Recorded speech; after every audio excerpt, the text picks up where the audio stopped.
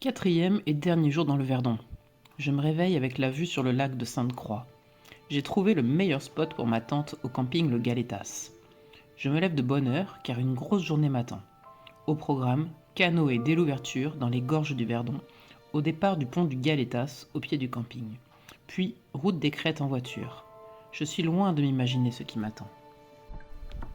Au petit matin, j'ai glissé avec mon canoë sur l'eau encore fraîche. Le Verdon était calme, presque endormi, et les parois immenses des gorges résonnaient d'un léger écho. À chaque coup de pagaie, je voyais l'eau se plisser d'un vert profond qui changeait avec la lumière. Le soleil commençait à grimper derrière les falaises, réchauffant l'air peu à peu. J'avançais doucement, juste porté par le courant et le silence, avec l'impression rare d'être presque seul face à la rivière et d'avoir les gorges pour moi le temps d'un matin tranquille.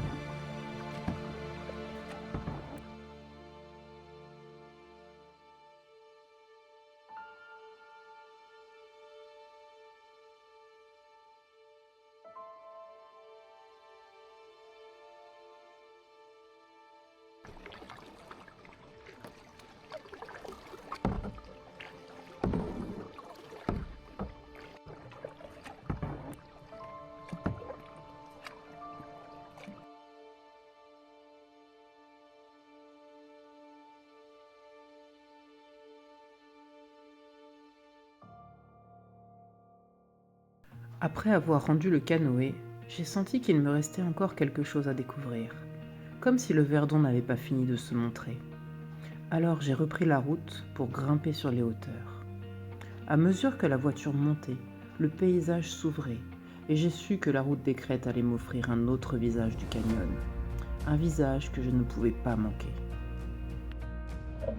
Là-haut, tout changeait. La rivière que je venais de parcourir se rétrécissait en un fil d'émeraude, loin sous les falaises, et la route serpentait au bord du vide comme un balcon sur le monde.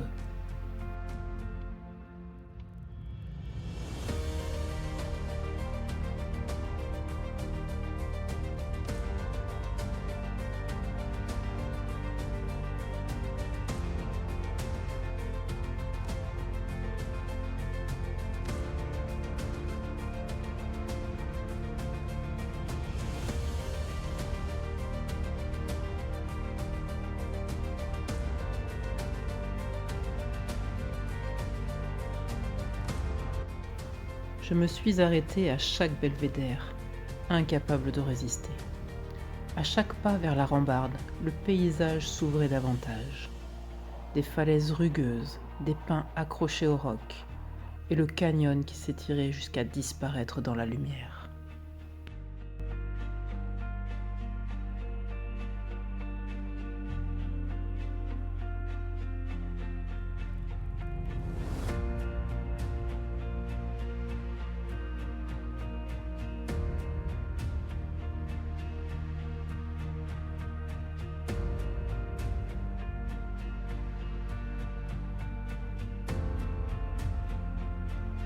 Au détour d'un belvédère, j'ai baissé les yeux, et je les ai vus, les vautours fauves, tourner lentement au-dessus des falaises, portés par les courants chauds qui montaient du canyon.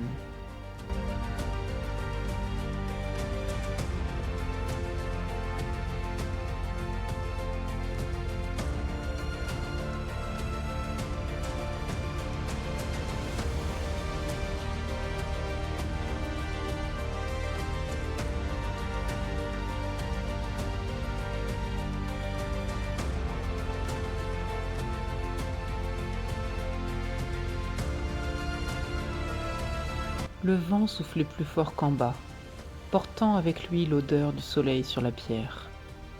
Je restais souvent immobile, juste le temps de laisser la beauté du lieu m'atteindre, comme si le Verdon me racontait la suite de son histoire, mais vue d'en haut cette fois. Pour conclure ce séjour de 4 jours dans le Verdon, je fais un dernier vol pour garder en mémoire la lumière du soir à l'entrée des gorges au-dessus du pont du Galetas. Ici, le canyon s'ouvre comme un passage secret, où l'eau se teinte d'or et d'ombre, et les parois prennent des couleurs que je n'avais encore jamais vues.